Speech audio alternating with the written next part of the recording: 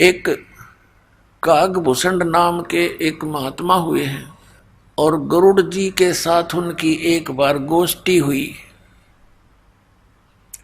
आपस में दोनों मिल गए। गरुड़ जी कौन है? भगवान विष्णु के वाहन गरुड़ पक्षी। अब ये देवता होते हैं और ये बोलते हैं मनुष्य की तरह, इनके अच्छे विचार हैं, भले ही वहां पशु योनि में है, वो पक्षी योनि में। और कागभूषण भी ऊपर से मुंह काग का है, उसका कौवे का, बाकी शरीर उसका देवताओं जैसा है, ऐसी उसकी व्यवस्था है। तो जब वो अपनी कथा सुनाता है, गरुड़ जी ने पूछा, हे कागभूषण, आप के पास बैठने से मुझे बड़ी शांति होती है और आप परमात्मा के भजन में दिन रात लगे रहते हो। आपने ये स्थिति, ये गति कैसे प्राप्त की? अब कागभूषण ने कहा कि गुरुदेव, मेरी लंबी कहानी है, समय हो तो सुनाऊं। गरुड़ जी ने कहा कि आप सुनाइए, मैं सुनने का, जानने का इच्छुक हूं। तो कागभूषण जी सुनाने लगे कि गुरुदेव, एक बार मनुष्य जीवन था मेरा और उससे पहले भी मैंने असंख्यों मनुष्य जीवन नष्ट कर लिए थे, कभी भक्ति पर मैं लगा नहीं। एक समय क्या हुआ कि हम दो बहन दो भाई थे, मेरे माता पिता थे, एक भरा पूरा परिवार था और एक ऐसा दुर्भिक्ष पड़ा, यानी अकाल गिर गया, वर्षा हुई नहीं, अन्न का अभाव हुआ, पत्ते भी, वृक्ष भी सूखने लगे। तो ऐसा भयंकर स्थिति आ गई कि मनुष्य को मनुष्य खाने लग गया। सब वृक्ष भी खा लिए, पत्ते भी खा लिए, कूट कूट के बाड़े भी खा चुके, मनुष्य को मनुष्य खाने लग गया। उस स्थिति में मेरे माता पिता और भाई बहन, यानी मेरा परिवार, सब मेरी आंखों के सामने मर गए। मैं 20 वर्ष की उम्र का था, भाई छोटे, बहन छोटी थी, वो भूख ज्यादा समय तक सहन नहीं कर सके। माता पिता वृद्ध थे, वो भी मृत्यु को प्राप्त। अब मैंने भी वहां से निकलकर अपनी जान बचानी चाहिए, तो मैं अवंतिका नगरी में चला गया। वहां पर अकाल नहीं था, वहां पर मेरी जान बची, भोजन खाया, लेकिन मेरे माता पिता, मेरे भाई बहन मेरी आंखों के सामने तड़प तड़प कर, रो रो कर मरे थे भूखे। उस स्थिति से मैं बहुत दुखी था और ये सोचा करता था, हे परमात्मा, ये क्या जीवन हुआ? कल तक तो देखो हम कितने ठाठ से भाई बहन माता पिता के साथ प्यार से रह रहे थे, आज मेरा सारा नाश हो गया, ये क्या हुआ? क्योंकि इंसान जब घना दुखी होले है तब उसने परमात्मा का आश्रय दिखाई देता है। एक मंदिर में एक शिव का भक्त ब्राह्मण कथा कर रहा था, तो मैं वहां जाकर बैठ गया कि यहाँ कोई रोटी टोक मिलेगा। ब्राह्मण कथा कर रहा था, सभी उठकर चले गए, मैं बैठा रह गया। ब्राह्मण ने पूछा कि आप कैसे बैठे हो बेटा? मेरी आंखों से आंसू गिरने लगे। ब्राह्मण बड़ा दयालु था, उसने कहा, क्यों रो रहा है बेटा, बता अपना दुख बता। मैंने सारी कहानी बताई ब्राह्मण को। उसने कहा, बेटा तू मेरे पुत्रवत है, मेरे पास रहे, इस मंदिर में सेवा कर, रोटी खा, चिंता ना कर बेटा। यहाँ तो पता नहीं क्या क्या आपदाएं मनुष्यों पर आती है, और तुम्हारा संस्कार था, उनका इतना ही समय था, तो काफी संतुष्ट मुझे किया, मैं वहां रहने लग गया। अब वो विप्र प्रतिदिन कथा करे भगवान की और मुझे कहे, बेटा दीक्षा ले ले, भक्ति कर ले। और मेरे मन में कति इच्छा नहीं हो नाम लेने की, मैं टाल मटोल कर दूं जी, फिर देखूंगा। अब कागभूषण जी बता रहे हैं गरुड़ जी को कि ऐसे 6 महीने बीत गए, रोज कथा सुनूं, बैठा रहूं, कति हृदय में बातें नहीं आवे, अग नाम ले लूं, दीक्षा ले लूं। 6 महीने तक जब ये कथा सुनता रहा और विपर मेरे को प्रतिदिन दूसरे तीसरे दिन कह देता, बेटा देखो मनुष्य जीवन परमात्मा की भक्ति के लिए मिला है, इसके बिना तो ये पशु जैसा जीवन है, और देखो यहाँ क्या क्या घटनाएं घट जाती है, ये झूठा संसार है। जबकि मेरे इतनी चोट लग चुकी थी, मैं इतना पापी था, ये कह रहा था काकभूषण कि मैं इतना निकम्मा आदमी था, मैंने असंख्यों जन्म मनुष्य जीवन बर्बाद कर चुका था मैं। और 6 महीने तक लगातार सत्संग सुनकर तब मेरी आत्मा में जगह बनी, थोड़ी सी दीक्षा ले लूं। 6 महीने के बाद मैंने दीक्षा ले ली। फिर क्योंकि ये पिछले 2 पाप हैं, ये कहीं ना कहीं दबाव दे ही जाते हैं। जो गुरुजी कथा किया करते थे, सत्संग सुनाया करते थे, वो मुझे भी याद हो गया। अब गुरुजी अपना घर चले जाते थे, मंदिर में सत्संग आदि करके, फिर बाद में भी भक्त आते रहते थे, तो मैं कथा सुनाने लग गया उनको। और मेरी आवाज भी बढ़िया गुरुजी से, क्योंकि मैं युवा था, वो वृद्ध हो रहे थे 50, 60, 70 साल के, और वही कथा वो सुनावर मैं अच्छा लतीफेदार ढंग से गा गू कर खूब बढ़िया सुनाने लगा। तो जो आने वाले श्रद्धालु थे उनकी आस्था मेरे में घनी होगी और मेरी प्रशंसा करें, अको हो आपकी तो बड़ी गजब की आवाज है, आप तो कोयल सी बोलती है, वाह वाह वाह, हृदय में लगती है। अब सर्व श्रद्धालु तो श्रद्धालु ही होते हैं, राम की कथा कोई सुना दे अच्छी लगती है, और कोई गा गू का ढोलक ढालक बांध कर सुना दे और ज्यादा, क्योंकि कान का विषय प्रबल है। पुण्यात्माओं इस प्रकार ये जीव मार खाता है। अपनात्माओं जैसे कई भक्त अनजान पड़े में कहते हैं, जैसे दास पहले देखा करता था, ये कबीर पंथी विशेष कर क्या करते हैं, एक तारा लेकर के गाते हैं परमात्मा की वाणी शब्दों को, और बड़े सुरीले सुर में गाते हैं, बड़ी लय से गाते हैं। कोई तो फिल्मी गानों पर भी तबले तबले बांध कर परमात्मा की वाणी सुनाते, और फिर क्या कहते हैं, भाई इसकी आवाज बहुत बढ़िया है, भाई तो सुना। वो दूसरे को बैठा देते और उसको खड़ा कर देते, दूसरा कहता है इसकी और सुन, 2 बोल देख यू क्या सुनाएगा, वो तीसरे ने खड़ा कर दे, वाह भाई वाह, इसकी और गजब की आवाज, तू सुना भाई। अब यहाँ परमात्मा कहते हैं ये तो शराबी होते हैं ना, शराबी, वो करा करें ऐसी बातें, इसकी आवाज बढ़िया है, इसकी आवाज घटिया है, अरे कोई बात है। अब जैसे किसी का चोरी होगी और एक व्यक्ति ने आकर कहा कि भाई आपके घर में चोरी हो गई है, यदि उसने कोई भांग या शराब नहीं पी रखी होगी तो इतनी बात पर्याप्त है, और जय उसने कर रखा हो नशा, और उसको कोई कहे कि आपके घर पर चोरी होगी,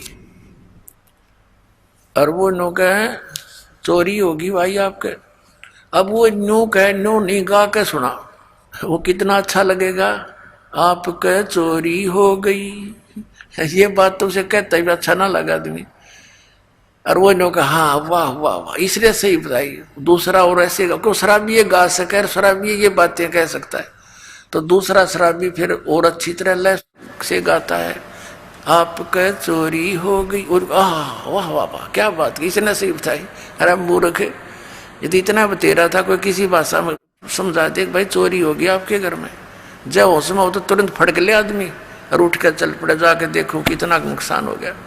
और कोई न कहे इसकी आवाज बढ़िया नहीं, इसकी बढ़िया लगी है, तो ये दोनों शराबी हैं वो, यानी अज्ञानी है, मूर्ख है।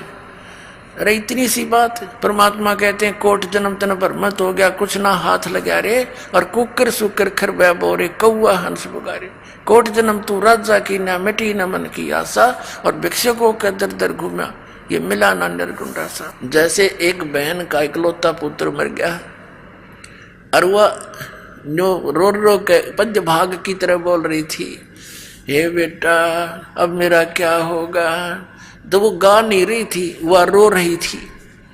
तो संतों ने जो ये शब्द बनाए हैं ये हमारे लिए इसलिए बनाए हैं कि जब आदमी रोते हुए गाता है उसका असर न्यारा होता है। और उसको सिंपल वे में भी बोला जा सकता है कि यूं सौदा फिरना ही संतो, ये सौदा फिरना ही, ये लोहे जैसा ताव जाते काया देश राही। तीन लोक और भवन चतुर्दश सब जग सौदे आही, और दुगने तिगने किए चौगने किन्हों मूल गवाई। फिर क्या बताते हैं कि यो दम टूटे पिंडा फूटे लेखा दरगाह माही, उस दरगाह में मार पड़ेगी तेरी जम पकड़ेंगे बाही। फिर क्या बताते हैं कि बांध पिंजड़ी आगे धर लिया मरघट को ले जाही, अग्नि लगा दिया जद लंबा फूक दिया उस ठाई। फिर क्या बताते हैं कि फिर पीछे तू पशुआ की जय गद्दा बैल बनाई, ये 56 भोग कहा मन बोरे कि कुर्डी चढ़ने जाई। तो पुण्यात्मा गा के सुनाने की बात से ये तो गाना रोने के हिसाब से है। जैसे बच्चों को पहली कक्षा में सुनाते हैं आ का आम ई की इमली, तो ये तो प्रथम कक्षा के बच्चों को ऐसी आवाज सुनाई जाती है, इसमें आवाज से लिंक नहीं होता, उस अक्षर से संबंध होता है। आ से आम, आम कैसा होता है, वो आ अक्षर कैसा है। तो ये व्यवस्था जो गाने में स्वर ने देख करके जो करते हैं तो वो मूर्ख और भोली आत्मा होती है जिन्हें पता नहीं अध्यात्म मार्ग का। तो क्या बताया कि नर से तू पशुआ की जय, और गद्दा बैल बनाई, ये 56 भोग कहा मन बोरे कि तो कुर्डी चढ़ने जाई। बताइए गान की चीज है, ये तो रोण की बातें हैं कि मनुष्य जीवन छूट गया, भक्ति करी नहीं तो गद्दा बैल बनाई। ओए होए, आपकी सुरत, आपकी दृष्टि, सोच, चिंतन उस गधे की जीवनी पर जानी चाहिए। भगवान की वाणी ये दास जब बोलता है नर से तू गधा बनावे गद्दा बैल बनाई, ये 56 भोग कहा मन बोरे कि तो कुर्डी चढ़ने जाए। आज आप देख कितना सुंदर पवित्र आहार करते हो, हैं? रोटी, हलवा, खीर, पूरी, प्यास लगे जब जल पी लें, भूख लगे रोटी खावें, जब भी इच्छा हो जाती है। तो कहते हैं परमात्मा ने ये सुविधा आपको इसलिए दी है कि आप भक्ति करो परमात्मा की, और उसको ना करके फिर क्या होगा, पीछे तू गद्दा बैल बनाई और ये 56 भोग कहा मन बोरे तो कुर्डी चढ़ने जाए। तो ये स्थिति हो जाएगी। तो पुण्यात्मा अब काग बुसड के साथ ये ऐसी ही घटना घटी। 4 बातें सीख के गाना सीख लिया और उसके प्रशंसक हो गए कई, जैसे श्रोता आते थे, उसके अंदर अभिमान भर गया। गुरुड़ जी को बता रहा काग भूषण कि एक दिन मैं बैठा था, आसपास मेरे वो भगत प्रशंसक विराजमान थे। गुरुजी आए मंदिर के अंदर भगवान शिव की पूजा करने के लिए, तो मैंने बैठे बैठे प्रणाम कर लिया, उठा नहीं, मैं उठ के उनका सत्कार नहीं किया गुरुजी का, जो एक नियम होता है। और मैंने सोचा मेरी बेइज्जती हो जाएगी, मेरे चेले बैठे हैं आसपास ही, तो खड़ा होऊंगा तो मैंने अपने आप मैंने सोच लिया, अभिमान हो गया। तो गुरुजी ने तो इस तरफ ध्यान नहीं दिया, क्योंकि उनकी तो धुन थी अपनी पूजा करूं जाके। वो तो मंदिर में भगवान शिव के जो मूर्ति थी वहां बैठ के भक्ति करने गया। अपनात्मा जो दास कथा सुनाना जा रहा है, ये ना समझना कि ये मंदिर की पूजा से उस पुजारी को, पंडित को कोई उपलब्धि थी। वो पूजा तो आप कहीं कर लो, घर पर बैठ के कर लो, सच्चे दिल से जिस भी इष्ट की आप पूजा करोगे, साधना करोगे, जितनी उस इष्ट की सामर्थ्य है उतनी मदद आपकी अवश्य करेगा। कबीर साहब कहते हैं जो जाकी सरना बसे ताको ताकी लाज, और जल सुई मछली चढ़ जाएंगे बह जाते गजराज। अब जैसे जल ऊपर से गिर रहा है ऐसे झरना टाइप, तो उसके सामने तगड़े से तगड़ा हाथी भी, शक्तिशाली हाथी भी खड़ा हो तो उसको भी वो जल बहा ले जाता है और पटक देता ठाके। और मछली को अलाउड कर रखा है उसने, तो कितने घूम, क्योंकि वो उससे एक विशेष लगाव रखती है जल से। उसने उसके अपनी सारे नियम तोड़ दिए उसके लिए। वो उल्टी दिशा में भी ऊपर चढ़ जाती है और ऊपर चली जाती है, फाल से भी ऊपर पहुंच जाती है। तो कहने का भाव यह है कि जैसे आपकी मित्रता एक दरोगा जी से होगी और उसके ऑफिस में आप जाकर सीधे बैठ जाओगे, चाय पिलाओगा, खाना खिलाओगा, बर्फी खिलाओगा, और उसके सत्र का जो काम होगा पहला करेगा आपका सबसे पहले। और वहाँ वैसे दरोगा के थाने में जाना आम आदमी की हिम्मत नहीं, और वो उसके लिए एक आम बात होगी। ऐसे ही कोई डीसी से मित्रता किया हुआ तो उस सत्र की, अपने सत्र की जो भी सहयोग सहायता है अपने मित्र को वो डिप्टी कमिश्नर भी देता है। और इसी प्रकार किसी की मंत्री से जान पहचान है तो मंत्री अपने सत्र का लाभ देगा ही देगा, और जिसकी मुख्यमंत्री से है इसी तरह जानो आगे प्रधानमंत्री से जिसकी मित्रता होगी तो उसके आगे पे सारी ये फेल होगी। अब कहते हैं जो जाकी सरना बसे ताको ताकी लाज, और जल सो ही मछली चढ़ जाए ये बह जाते गजराज। तो भगवान शिव की साधना करता था, सच्चे दिल से करता था, तो भगवान शिव भी कोई छोटी बात नहीं, एक विभागीय मंत्री है इस 3 लोक में, काल के एक ब्रह्मांड में। अब जब वो ये पुण्यात्माओं ये कंसेप्ट साथ साथ इसलिए क्लियर करने पड़ते हैं कि आप लोगों के मन में वो पुराना बहुत ज्ञान अड़ा पड़ा है, कति यहाँ तक ठोक रखे हम, अब वो सारा निकालना पड़ा है, रेग मार मार के कति कूणियाँ भी साफ करना पड़ता है, कहीं पेंट ठीक ना हो। अच्छा जो पेंटर होता है वो रेग मार बड़ा सावधानी से लगाता है सब जगह, कहीं जंग रह गया तो फिर टिकन नहीं देगा, इस लगा लगा खराब हो जाएगा। जब वो पुजारी पंडित जी ब्राह्मण भगवान शिव की पूजा में मस्त हो गया, आकाशवाणी हुई भगवान शिव की उस मंदिर में, कह रे धुरत कागभूषण तेरे को 1 लाख वर्ष तक नरक में डालूंगा। अब उस गुरुदेव ने भी आकाशवाणी सुनी, वो उस बच्चे को बुला, बेटा क्या गलती कर दी तूने, भगवान तुझसे क्यों अक्षुब्ध हो गए, अरे माफी मांग, अक्षमा याचना कर। अपने आत्माओं कबीर साहब कहते हैं बहुत प्यारा बालक माँ का, और उससे बढ़कर ससगुरुओं का, माता पिता को बच्चा कितना प्रिय होता है, और कहते हैं उससे भी 100 गुना, कई गुना जो है गुरु को शिष्य प्रिय होता है, क्योंकि वो वचन का पुत्र पुत्री होते हैं उसके, और माता पिता के बंद के होते हैं, तो वो अपना मान लेता उस दिन से, जिस दिन से वो शरण ग्रहण कर ली, नाम ले लिया, और उस दिन से उसके कल्याण के लिए वो हर तरह से सोचता है कहीं इसको हानि ना हो जाए। तो उस गुरुदेव ने कहा हे परमात्मा, हे भगवान, बालक बोला था कोई गलती हुई हो तो माफ कर दो। कहते हैं 1 पैर तक, यानी लगभग 4 घंटे तक 1 पैर तक खड़े रहे, 4 घड़ी का 1 पैर होता है उसे, तो 1 पैर खड़ा रहा, तो फिर प्रार्थना करते रहे। तब आकाशवाणी फिर हुई कि जम के लोग चलो रे भाई, हमरा वचन न खाली जाई। आकाशवाणी में कहा कि जब तू अपने गुरु जी का आदर नहीं कर सकता और मेरी भक्ति कर रहा है तो मेरी के टाट काटेगा तू, यहाँ कर भी एक को बद करेगा।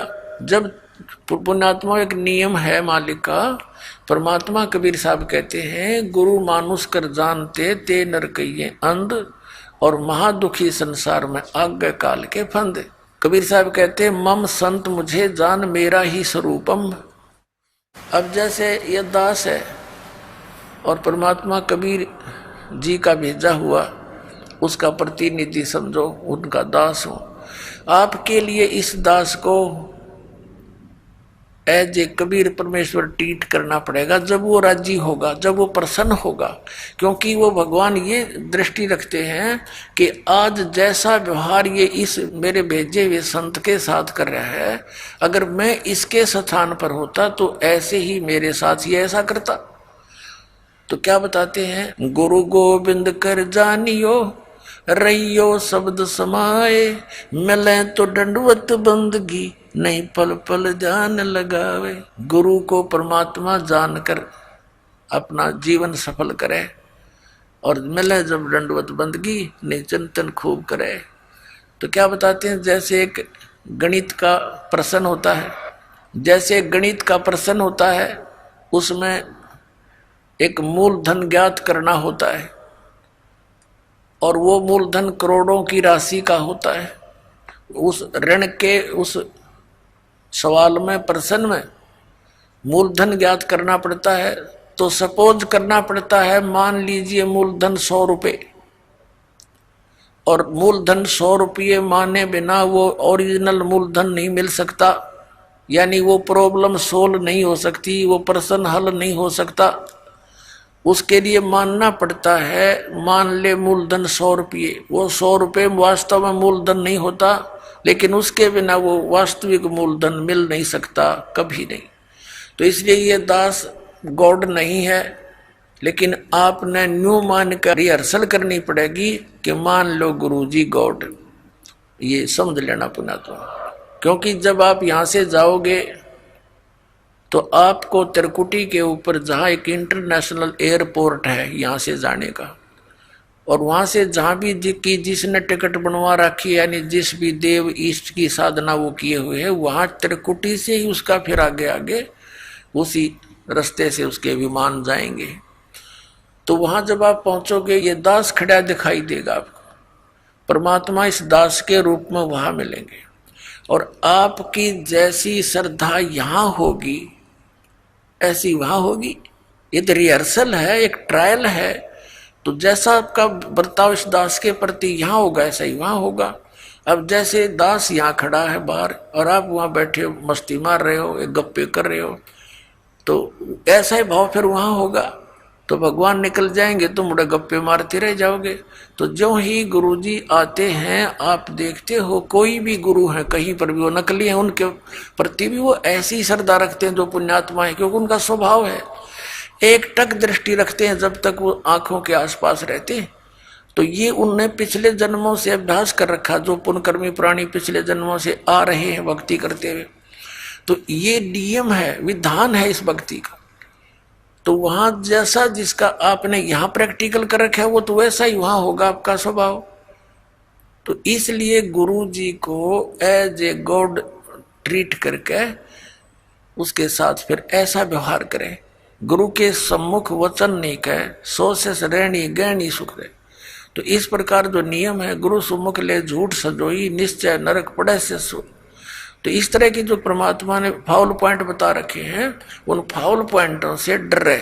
अब कागभूषण को आकाशवाणी में भगवान शिव ने बताया कि रे निकम्मे व्यक्ति, जब तू अपने गुरु का सत्कार नहीं कर सकता तो मेरा क्या लगा तू, और तुझे नरक में ठोकूंगा। इस संति से दयालु होते उस ब्राह्मण ने, उस पुण्यात्मा ने बार बार प्रार्थना की, हे परमात्मा आप तो दयालु हो, आप तो बख्शनहार हो, बालक है, छोटा बच्चा है, गलती होगी, इससे माफ करो। अरे क्या कर दिया तू नालायक, बता क्या कर दिया। तब आकाशवाणी में कहा कि ये अपने गुरु का आदर नहीं किया, खड़ा होकर के इसके अंदर अभिमान समा गया था, इसका ये दंड इसको भोगना ही पड़ेगा। फिर बार बार प्रार्थना करने से शिव जी ने कहा कि तेरे गुरु जी की प्रार्थना स्वीकार होती है, लेकिन नरक में तो तुझे जाना ही पड़ेगा, मैं इसको चेंज नहीं कर सकता। लेकिन उस नरक में तुझे यम के दूत दुखी नहीं करेंगे, ये मैं आदेश दे दूँ। अब उसको इतना सहारा मिल गया, उसकी मृत्यु होगी कुछ वर्षों के बाद, नरक में तो जाना ही पड़ा। लेकिन यहाँ के इतनी सुविधा ये दे सकते हैं, जैसे एक मंत्री की कोई जान पहचान हो जाए, होम मिनिस्टर से कोई उसका मित्र वो रिश्तेदार, और उसकी कैद हो जाती है। अब उसने रहना तो पड़ेगा जेल में, लेकिन रहेगा उड़े बिल्कुल बटेऊ की तरह, कोई कुछ नहीं दुख दे सकता। तो उस कागभूषण को इतना सहारा तो मिल गया, लेकिन रहना पड़ा उस नरक में।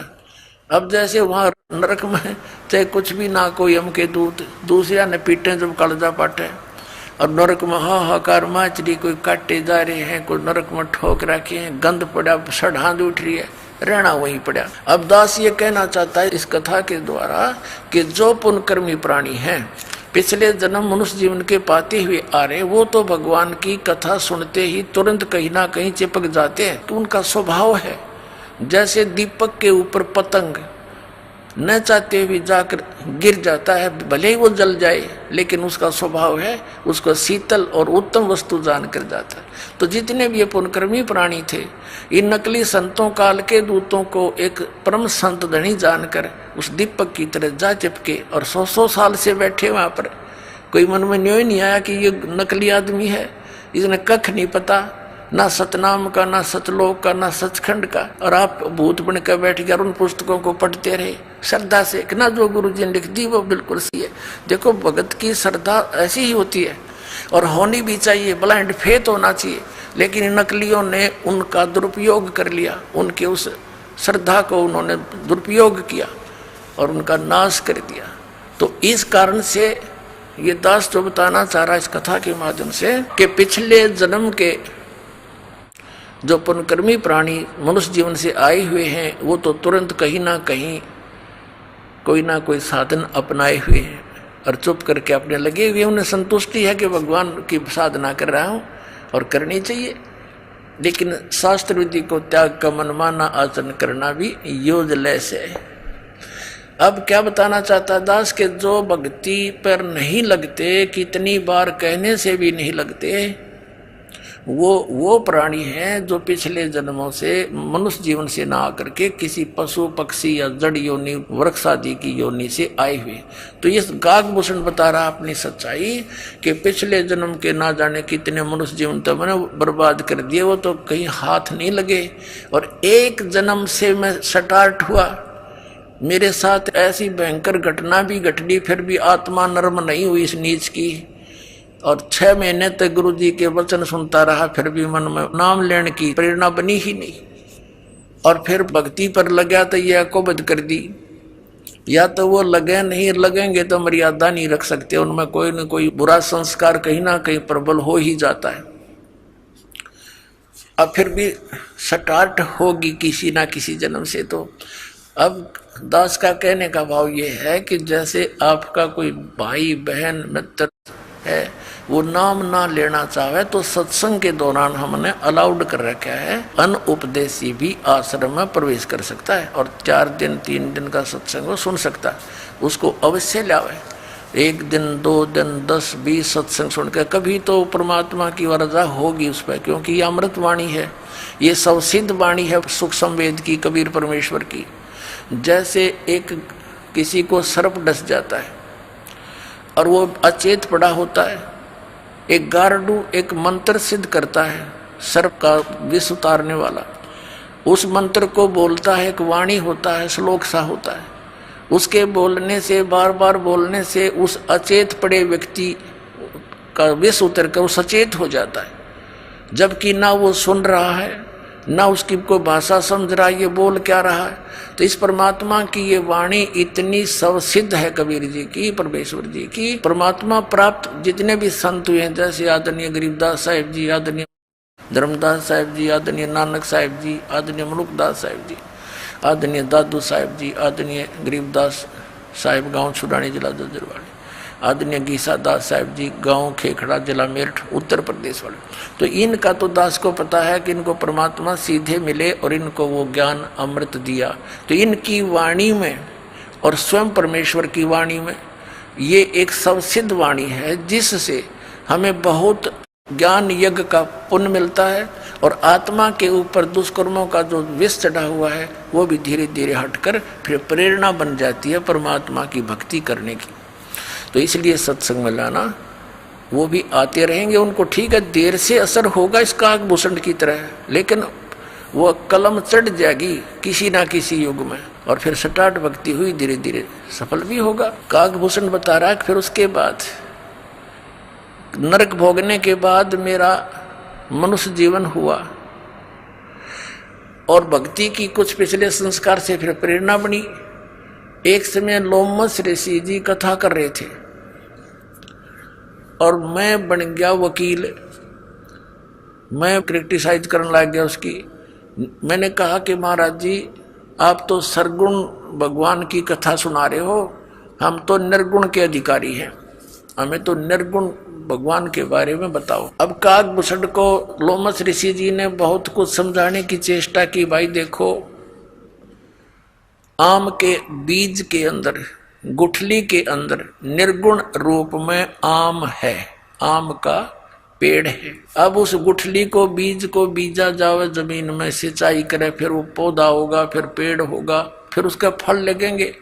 वो निर्गुण काम का है कि ये सरगुण। अब काकभूषण ने बोला मेरे समझ में ना आई ये बात, क्योंकि मेरी तो बुद्धि भ्रष्ट थी और अपनी जान में वकील पाक रहा था मैं, थोड़ा बहुत ज्ञान कहीं से सुन के। क्योंकि जो मनुष्य जीवन से दोबारा मनुष्य जीवन प्राप्त है वो प्राणी अवश्य भक्ति के लिए भटकता है। जैसा उसने ज्ञान कहीं कहीं से सुना वो फिर वक्ता हो चुका था। तब लोमस ऋषि ने 2-3 प्रमाण और दिए भाई। कहते हैं शिव की जटा में थी गंगा भाई, और भागीरथ ने वह गुप्त वस्तु प्रगट दिखलाई, यानी यहाँ प्रगट कर ली। ये निर्गुण हमें नहीं दिखाई देती, वह एक जगह थी, हमारे तो काम आई नहीं, हमारे लिए तो निर्गुण है बिना गुण की। और जब गंगा यहाँ आई तो हमारे लिए तो गुण हो गया इसमें। तो ऐसे समझो। वो क्या बताना चाह रहा था लोमस ऋषि के परमात्मा ऊपर तो निराकार है और नीचे यहाँ जो राम और श्री कृष्ण रूप में आते हैं तो ये सरगुण है, ऐसे बता रहा था। इनकी यहीं तक सोच है। तो उसने क्या कहा काकभूषण ने कि आप तो वैसे ही कह रहे हो, यानी कुछ ऐसी उठपटांग बात कह दी। तो लोमस ऋषि ने उसको श्राप दे दिया, अरे चंडाल, तू ना ज्ञान को सुनता है ना सुनने देता है, तेरा चंडाल का जन्म होगा। अब काकभूषण कहता मुझे पिछली बात याद आएगी कि मैंने गलत कर दिया, मुझे क्रोध नहीं आया और ऐसे मायूस सा होकर बैठ गया है भगवान, बहुत गलती बन गई, मैंने विवाद किया और प्रभु आपका वचन शिरोधारी है। प्रभु दास को कहीं भी जन्म दे देना, चंडाल के देना या किसी के घर देना रिसीवर, पर एक आशीर्वाद दे दो अपने दास को कि मुझे भगवान की भूल ना पड़े। अब लोमस ऋषि शांत होया, भी कोई बात ना, बालक था, विवाद कर दिया, मैंने भी गलत श्राप दे दिया। तो उसने कह दिया ठीक से बेटा, तुझे भगवान की याद बनी रहेगी। तो काकभूषण कहता कि फिर मेरा जन्म हुआ ब्रह्मा की पत्नी, इनका हंस वाहन है, अपनी हंसनी को लेकर के एक कागचंड के घर गई, यानी गर्भ धारण करवाने के लिए। तो उनके संयोग से हंसनी और कागचंड, काग के संयोग से मेरा जन्म हुआ। तो मेरा बाकी शरीर तो देवता जैसा और मुख है काग जैसा, लेकिन बोलता है मनुष्य की तरह। तो पुण्यात्मा, उसके बाद काकभूषण कहता है कि फिर मेरा उद्धार किससे हुआ? एक जोगजीत नाम के एक संत मिले, उन्होंने मुझे परमात्मा पूर्ण ब्रह्म की साधना की जानकारी दी। ब्रह्मा विष्णु महेश से ऊपर कोई और परम शक्ति है काकभूषण, इन आपके विष्णु जी से शक्तिशाली और परमात्मा है, उसकी भक्ति मैं करता हूं, जिस कारण से ये गति मेरी हुई है। सैकड़ों प्रलय मेरे सामने हो चुकी है और इतनी लंबी मेरी आयु हो चुकी है। अब क्या बताते हैं? बुझे गरुड़ भूषण बियाना, मोह से कहो भेद विधि नाना, वचन सुशील दृष्टि अनुरागी, देवता की दे मुख द्वार मुख कागा। अब काकभूषण जी को गुरु जी कह रहे हैं, मधुकुर बहन सुनंत हो शांति, कहो भूषण मुझिया की उत्पाती, श्रवण सुमृत वचन उमेदा, दाम रसायन सब तन बेदा, परम भेद कहो बहुभांति, मिटे हमारे मन की काती, कौन देश को नगर निधाना, कहो भूषण आदि परवाना, कौन पिता को जननी जाम्या, कौन कुली कौन वंश बखाना, अवरण वरण कला परवेसा, तुम्हारी महिमा कर है शेषा, जल स्वरूप कुछ तरंग न तेजम, इंद्री जीत चढ़े मन से जम, ब्रह्म निरूपण निर्गुण भेखा, कहो भूषण मोहि आज संदेशा, कहे भूषण तुम सुनो खगेसा, तो से भेद कहूं परवेसा, शंख कल्प जुग गए बिहाई, पूर्व जन्म की कथा सुनाई। शंख कल्प जुग हो गए, जामन मरण जिहान, जन्म पूर्वला तुझे कहूं, सुनो खगेश सुजाने। गरुड़ जी को काकभूषण कह रहे हैं, कह भूषण सुनो खगेशा, अर्थों से भेद कहूं परवेशा। शंख कल्प युग गए बिहाई, शंख कल्प तमन बर्बाद कर दिए और पूर्व जन्म की कथा सुनाई। शंख कल्प युग हो गए, जामन मरण जिहान, जन्म पूर्वला तुझे कहूं, सुनो खगेश सुजान। सुनो गुरुड़ मेरा आद संदेशा, भिन्न भिन्न भेद कहूं खगेशा। शंख जन्म पूरब पैमाला, शंखों जन्म पूरब यानी पहले के पैमाल माने नाश कर दिए। शंखों जन्म पूरब पैमाला, और गए जो मिथ्या नहीं संभाला। वो तो मिथ्या गए में संभाल नहीं सका, यानी भक्ति ठीक बनी नहीं, मैं स्टार्ट नहीं करी भक्ति। अवधपुरी एक नगर निधाना, जहां अवतार धरे मोरे प्राणा। 20 वर्ष की उम्र पुनीता, और मात पिता भय काल समीपा। मेरी 20 वर्ष की उम्र थी, मेरे मात पिता और सब परिवार मेरा काल की ग्रास हो गया, नहीं मर गया। पड़ा काल दुर्भिक्ष ताही, और पृथ्वी डोल गई रे बाई। ऐसा भयंकर दुर्भिक्ष गिरा था, अकाल गिरा था कि पृथ्वी भी कांप गई थी, ऐसा हाहाकार मचा था। पड़ा काल दुर्भिक्ष अपारा, मनुष्य मनुष्य का करे आहारा। अन्न का नहीं आहार प्राणी, पड़ा काल दुर्भिक्ष समानी। अवधपुरी हम तजी खगेशा, ताई आए हम मालू देसा। पूरी अवंती लीना बासा, जावा नहीं अन्न की त्रासा। अन्न तो वहां पेट भर खाया, कह भूषण सुनो खगराया। पंडित एक अवंती माही, कथा करण नित शिव द्वारे जाही। 6 मास हम संगति की नी, बौरतास की दीक्षा लेनी। टहल करत शिव पंडित केरी, गुरु चेले का भाव गनेरी। स्वामी करण गए स्नाना, और पूजा अर्पण धूप दयाना। शिव पूजा पंडित अर्थावे, बेल पत्तर धर लिंग बनावे। शिव पूजा पंडित करे जहाँ हम लिया निवास, गुरु दीक्षा मन मैं करी मिटी खगेश प्यास। तन मन अर्पे फेर माला, जाके ऊपर ईश दयाला। यानी काकभूषण जी कह रहे हैं कि वो पंडित जी अपने शिव भगवान के ऊपर कति समर्पित था, जिस कारण से भगवान शिव की उसके ऊपर पूरी कृपा थी। पूजा करण दिवालय आए, ता हम बैठे दर्शन पाए। जहाँ शिव को मोह दिया सरापा, लाख वर्ष तुम जमपुरी राखा। पंडित सुना बचन शिव केरा, ओठ चरण लीना गुरु केरा। पंडित शिव का दान लगाया, कल्प करी बालक बोराया। हे रे बालक तू धर शिव का ध्याना, ताते बख्शे तेरे प्राणा। तो पुण्यात्मा, आज का जो सत्संग चल रहा है, ये वर्तमान का समागम, ये किस उपलक्ष्य में है? परमात्मा सतलोक से चलकर आते हैं, अपनी प्यारी आत्माओं को मिलते हैं जो परमात्मा के लिए भटक रहे हैं, और उनको फिर तत्व ज्ञान समझाकर सत भक्ति, वो 2 अक्षर का मंत्र सतनाम देकर उनका कल्याण करते हैं।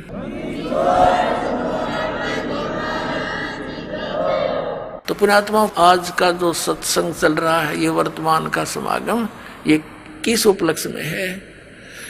परमात्मा सतलोक से चलकर आते हैं, अपनी प्यारी आत्माओं को मिलते हैं जो परमात्मा के लिए भटक रहे हैं, और उनको फिर तत्व ज्ञान समझाकर सत भक्ति, वो 2 अक्षर का मंत्र सतनाम देकर उनका कल्याण करते हैं। अब काकभूषण जी भक्ति भी कर रहे थे, ऋषि संतों से उपदेश भी ले रखा था। तब परमात्मा गए, बेटा इस साधना से तेरा जन्म मृत्यु नहीं मिट सकता, और पूरी सृष्टि रचना सुनाई। तब काकभूषण ने बताया गरुड़ जी को कि गरुड़ जी, जो साधनाएं आप कर रहे हो, भगवान विष्णु को आप परमात्मा मानकर, ये पूर्ण परमात्मा नहीं है, इसकी तो आप जन्म मृत्यु होती है। अब काकभूषण से ये ज्ञान सुनकर गरुड़ जी की भी आंखें खुल गई। कि भी सचमुच इनकी जन्म मृत्यु होती है। और कागभूषण ने यहाँ तक बताया परमात्मा कबीर जी जो जोगजीत रूप में उनको मिले थे कि बेटा ये ब्रह्मा विष्णु महेश तुम्हारे किसी भी प्रारब्ध के कर्म को कम और ज्यादा नहीं कर सकते। यानी तेरे मृत्यु है तो मृत्यु होगी ही होगी, ये उसमें एक्सटेंड नहीं कर सकते। गरुड़ जी के मन में आया भी बात भी सच्ची है। फिर ये किसी भगवान फिर परमात्मा आकर के गरुड़ जी को भी मिले जब ये चर्चा उनकी चली किसी अन्य रूप में। तो गरुड़ जी को फिर खूब ज्ञान समझाया, उनको मंत्र दिए, प्राथमिक मंत्र देते थे परमात्मा पहले। तो हम क्या करते रहे, जैसे पहले हम परमात्मा के शिष्य बहुत कम होते थे, संसार और काल के पुजारी ज्यादा होते थे, नाम ले लेते थे, कुछ दिन ठीक साधना करते थे फिर छोड़ देते थे। लेकिन वो दयालु हैं, इस पीक टाइम के लिए आप में भक्ति बनाए रखने के लिए वो जगह जगह प्रकट होकर या किसी संत को प्रेरणा कर जाते थे या स्वयं कुछ समय रह करके हमारे कर्म बनवा जाया करते थे, जिस कारण से हमारे मनुष्य जन्म बनते हुए होते हुए आ रहे हैं और आज तक आस्था है भगवान की। और वो यही चाहते थे परमात्मा कि जब तक ये प्राइम टाइम आवे पिछली पीढ़ी का, आस्था बनी रहे मनुष्यों में भगवान की। नहीं तो पुण्यात्माओं अगर 100 वर्ष और लेट हो जाता ये समय आज जो चल रहा है, राम नाम कहनिया भारत में नहीं पाओ, या सच कर बता देता हूं आपको, कति नाश हो जाता भक्ति का। क्योंकि जितने ये पंथ हैं ये सब शास्त्र विरुद्ध साधना कर रहे हैं, और जितने भी हिंदू धर्म के हमारे गुरुदेव हैं ये वेदों और गीता के विपरीत ज्ञान देकर वो साधना करवा रहे हैं जो कति यूजलेस है। और जिस कारण से हमें भगवान की राहत मिल नहीं रही, हम लुटेरे बन गए, हम रिश्वत लेने लग गए, हम मिलावट करने लग गए, जिससे धनी बनना चाहते हैं और दूने दुख आने लग गए प्राणियों।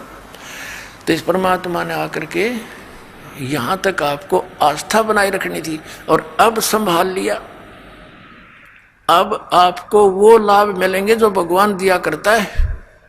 आपको यहाँ भी सुख देगा जो आवश्यक होंगे आपके लिए, और आपको